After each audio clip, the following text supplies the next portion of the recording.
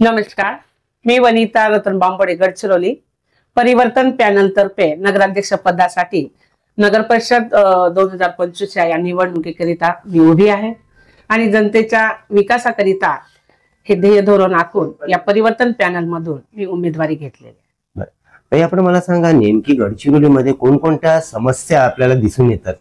समस्या जवळपास 30 वर्षापासून मी सक्रिय आहे राजकारणामध्ये.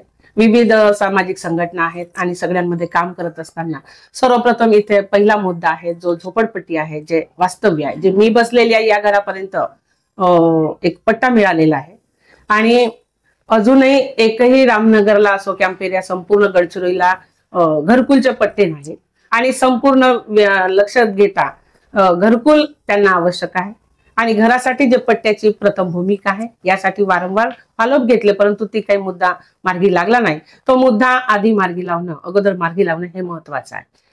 स्वच्छता दृष्टिकोनाने जर बघायला गेलं तर गडचिरोलीमध्ये घाणीचं वातावरण आहे, भरपूर आहे आणि मच्छराचा पण खूप जास्त बरोबर आहे.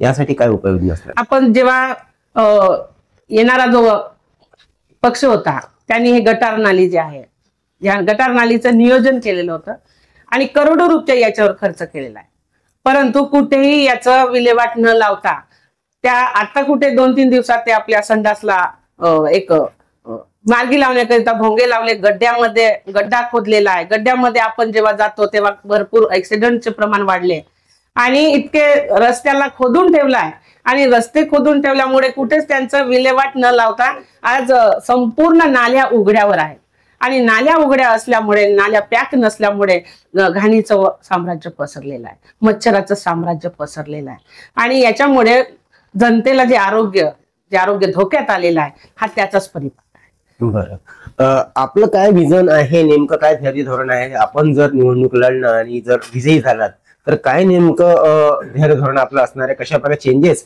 गडचिरोली करिता आपण करणार आहात? माझ्यासाठी या निवडणुकीमध्ये जर आपला विजय झाला तर संपूर्ण गडचिरोलीचा विकास, ज्या ज्या बाबी आवश्यक आहेत, अन्न वस्त्र निवारा, त्यांचं एज्युकेशन आहे, हेल्थ आहे, वरून त्यांचे नालीचा प्रॉब्लेम आहे, रोडाचा प्रॉब्लेम आहे, घरकुलाचे प्रॉब्लेम आहेत आणि या प्रॉब्लेम मधून जात असताना जवळपास टॅक्स जो आहे गरीब लोकांचा अतिशय भरपूर दिसत आहे, तो टॅक्स यांचा कशा पद्धतीचा कमी करता येईल आणि ज्या ज्या बाबीला आपण इथे विकसित करणार आहोत त्या सगळ्यांना गडचिरोलीच्या जनतेला घेऊन त्यांचे ध्येय धोरण काय आहेत आणि आपली प्रणाली कशी काम करणार, तर परिवर्तन आणण्याचा हा पुरेपूर प्रयत्न आहे. एकीकडे राष्ट्रीय पक्ष आणि एकीकडे आपला परिवर्तन पॅनल, कशा प्रकारचा झुंज हा असणार आहे, काय सांगा? या झुंजमध्ये जे मोठे पक्ष आहेत येणारे आता, त्या पक्षाने आतापर्यंतचा 30 वर्षाच्या कालावधीमध्ये नुसतं आपले काम करून घेणे याच्यामध्येच व्यस्त असतात, पण तू जनतेच्या समस्याला घेऊन आजपर्यंत कोणीच काम केलेलं नाही.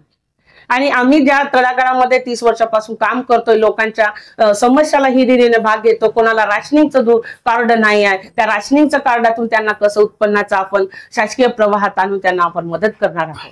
राशन कार्डच्या माध्यमातून लोकांना बीपीएल मधून त्यांना बीपीएलच्या योजना कशा देतो त्या सुद्धा आम्ही काम मार्गी लावणार आहोत. रस्त्याचे काम आहेत, ते रस्ते सुद्धा अतिशय एक प्रशस्त शहर दिसावं हाच आमचा उद्देश आहे. आज जिकडे आपण बघतो तर लाईन नाही आहे, लाईन इकडे म्हणजे इलेक्ट्रिकचा प्रॉब्लेम आहे, बिल वेळीच नाही भरला तर त्या गोरगरिबाची बिल कापल्या जातो, त्यांना संधी नाही.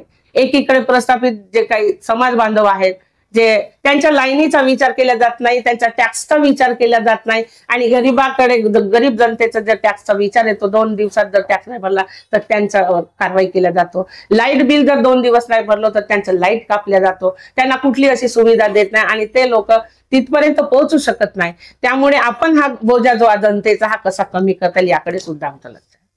परिवर्तन पॅनल तर्फे आपण नेमके किती मेंबर, पूर्ण पॅनल मध्ये किती लोक? संपूर्ण गडचिरोली शहरामध्ये परिवर्तन पॅनलचे संपूर्ण उमेदवारीसाठी प्रत्येक वार्डामध्ये ज्या कॅटेगरीमध्ये आपण बसतो, सीट, जनरल सीट आणि नगराध्यक्ष पदासाठी उमेदवारी आपण भरलेली आहे. बरं, जनतेच्या माध्यमाने काय सांगाल, ही जी लढा आहे परिवर्तन पॅनलचा आणि बाकी जे राष्ट्रीय पक्ष आहेत त्यांचा, हा जो लढा आहे हा जनशक्ती विरुद्ध धनशक्ती असा हा लढा असणार आहे, तर या बाबतीत काय सांगाल? अगदी बरोबर आहे, कारण जे मोठे पक्ष आहेत त्यांच्याकडे पैसा आहे आणि पैशाच्या माध्यमातून पैशाच्या जोरावर विकत घेण्याचा प्रयत्न मतदारांचा दिसतोय, परंतु विकत घेऊन मत जे करतात तेव्हा विकास होत नाही आणि विकासाची जेव्हा भाषा जनता बोलतो तेव्हा या पक्षाधारी पक्षांनी त्यांना दम देतात की तुम्ही पैसे घेतले ना वोटिंगचे, तर तुम्हाला विकास कुठला. ही भाषा मी स्वतः येणाऱ्या याच्यामध्ये आम्ही बघितलेली आहे. माझ्या घरासमोरचं उदाहरण आहे. नियमाचा भंग होत असतो आणि नियम प्रणाली कुठेतरी मागं पडत असते, तेव्हा जनतेचा विकासात तो दूरच राहिला. मग जनता आपल्या पद्धतीनं आपण काम करत असतो, जनतेच्या ज्या समस्या त्याला घेऊन काम करतो. 30 वर्ष झाले त्यांच्या तळागाळाशी आपण काम करतो. हा जनतेच्या पाठिंब्यानं परिवर्तन पॅनलचं आम्ही निर्माण केली आणि परिवर्तन पॅनल मधून आपण जनतेच्या हिताचं काम करणार, जनतेच्या विकासाचं काम करणार आहोत. बरं, आपण मला सांगा, चॅनलच्या माध्यमातून जनता आहे, जे मतदार बंधू आहे, त्यांना काय सांगणार? निवडणुकीच्या वेळेला भूलथापा दिले जातात, वेगवेगळ्या आमिष दिले जातात, तर अशा वेळेला जनता मतदार बंधू त्यांना काय एक सांगणं असणार आहे? जनतेला मी सांगू इच्छिते की संविधानिक जे वोट आहे, आज प्रत्येक व्यक्ती प्रत्येक मूल्य आहे त्यांच्या वोटाचं, आणि कुठेही त्यांनी भटकू नये, विकू नये, आपल्या वोटाची किंमत करू नये. त्यांच्या संपूर्ण आयुष्याची किंमत असते त्या वोटमध्ये, आणि त्या वोटची एवढी जर किंमत आहे तर आपण बघावं की तुमचा विकास किती महत्वाचा आहे. तुमचाच नाही तर तुमच्या येणाऱ्या पिढीचा विकास या वोटिंग मध्ये आहे. तर जनतेने याची खबरदारी घ्यावी, जनतेने ससेक बुद्धीने आपण विचार करावा, आणि योग्य उमेदवार कोण आहे नगराध्यक्ष पदाचा, जो रात्री बेरात्री केव्हाही समस्याला घेऊन काम करतो, अशा उमेदवाराला त्यांनी मतदान करावं आणि कुठल्याही पैशाला आमिष बळी पडता कामा नये, असं माझं मत आहे. आमचं असं मत आहे की येणाऱ्या काळामध्ये सत्ताधारी पक्ष आहे, या पक्षाला आम्ही खरोखरच एक परिवर्तनाची लाट आमच्या सोबत उभी आहे, जनता उभी आहे. आज सगळ्या समस्या घेऊन आपण आज दलित समाज आहे, आदिवासी समाज आहे, माडी समाज आहे, वगन समाजातील हे लोक जे आहेत, या सगळ्यांना आपण विकासाच्या धोरणावर उभे करणार आहोत, त्यांच्या हक्काचं घर करणार आहोत. त्याकरिता परिवर्तन पॅनलच्या संपूर्ण उमेदवाराला आपण निवडून द्यावं आणि गडचिरोलीचा एक चेहरा नवा बदलावा ही अपेक्षा करतो.